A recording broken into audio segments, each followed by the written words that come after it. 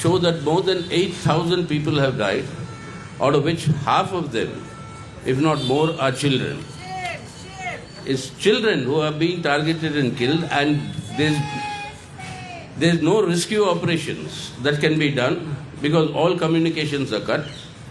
And the places that have been bombed under the rubble, how many bodies are there, that is only a guess. I mean, this is inhuman barbarism, that what we are seeing now, and this must stop and must end immediately. The United Nations General Assembly resolution calling for a humanitarian pause must be implemented by Israel, by the world, and all the allies of Israel. The entire imperialist world is standing behind Israel in this barbarity. And this barbarity is such that one can only recall or recollect what Rabindranath Tagore once said: give me a voice of thunder. Give me a voice of thunder that I can hurl imprecations upon this cannibal who spares neither woman nor child.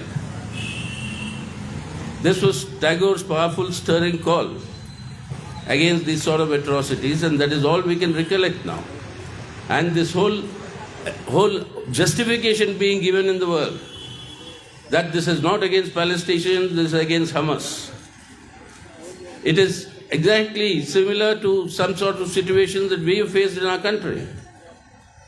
जब इंदिरा गांधी की हत्या हुई 2 सरदार security गार्डों से, पूरे दिल्ली में नहीं पूरे देश भर में जिस तरीके से हमारे सरदार परिवारों के ऊपर जो हमला हुआ, जो आतंक हुआ, उसका विरोध तो सब कर रहे थे. कोई गुनहगार कोई और है और पूरे कौम को आप जो है अटैक कर रहे हो.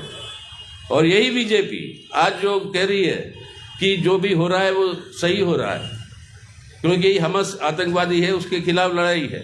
हमस के खिलाफ लड़ाई नहीं, ये तो पैलेस्टीनियों को बर्बाद कर रहे हो आप. This is a war against the people of Palestine.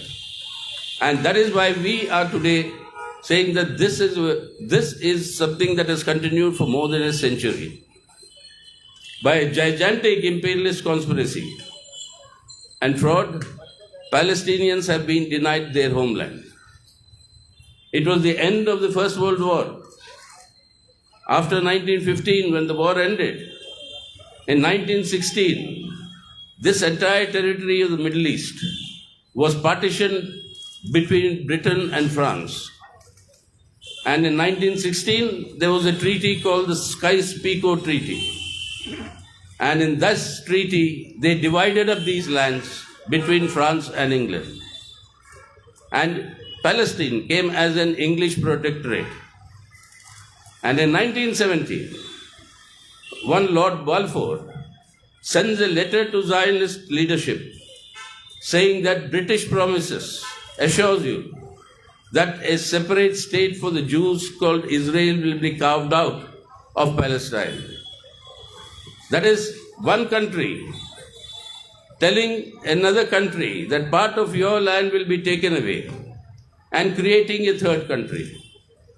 I mean, this sort of an imperialist fraud has never been seen, and since then they have been homeless and without a homeland.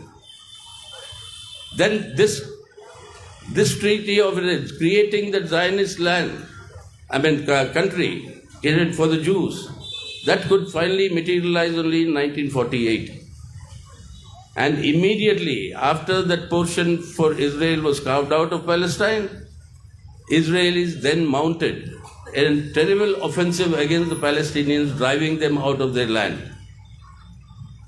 It's estimated between 6.5 to 7.5 lakhs of Palestinians were driven out of their homes, their lands. And finally, there was given as a mercy by the Jewish Israel and by world imperialism, the West Bank and the Gaza Strip for them to settle down. Even this was arrived at after the 1967 war, and the Palestinians were confined there. They were just not confined. They were not allowed to live peacefully. They were not allowed to live peacefully. Constant incursions into the West Banks and settlement of Jewish settlements there. Today, with the whole attention being on Gaza Strip, what is being, not there in actual our memory now, is that every day now, yesterday more than 1,000 people were killed, Palestinians were killed in the West Bank. So these attacks are continuing all over against the Palestinians.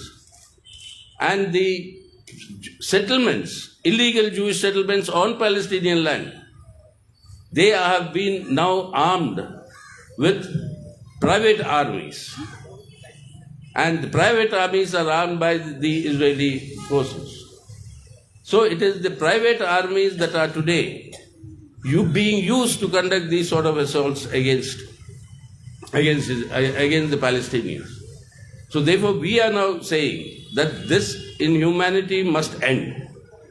If this has to end, this barbarity must stop.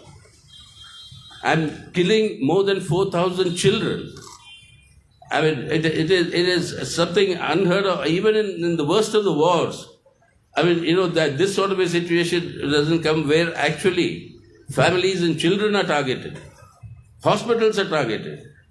And yesterday there was a very moving interview with one young boy. He said, I was very proud of my father. He used to save lives. What was his father doing? He's an ambulance driver. And he says there's no communication. My father hears the bomb blast and goes there to see if anybody has to be saved. He said, I'm very proud of him. Then what happened?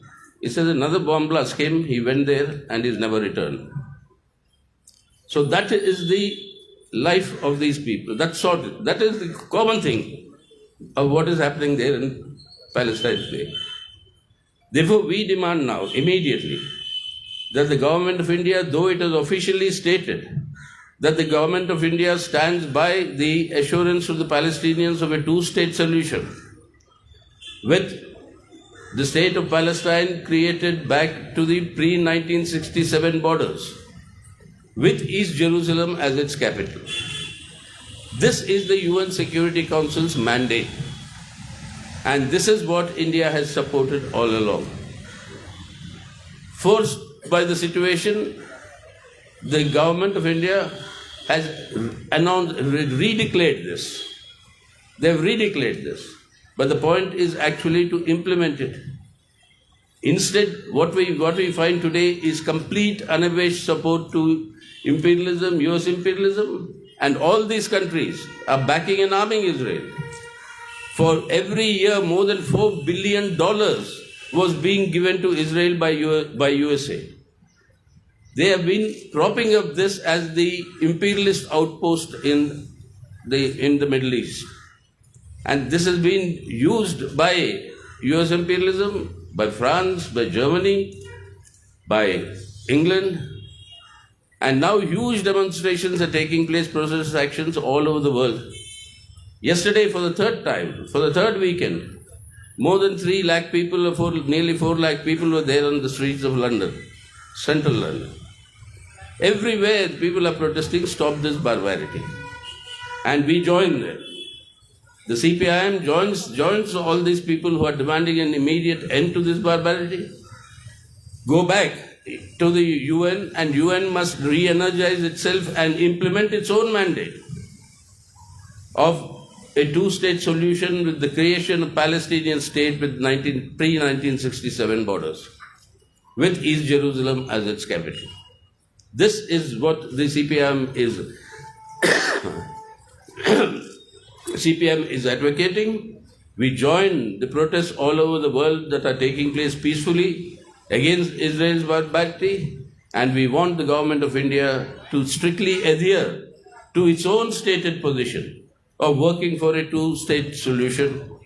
And this is something the government of India, by its own admission, has said is India's position. So that should be implemented and that should be carried forward. So therefore, the CPIM central leadership today from all over the country, from every state is here, and we are in this protest. And for this protest meeting,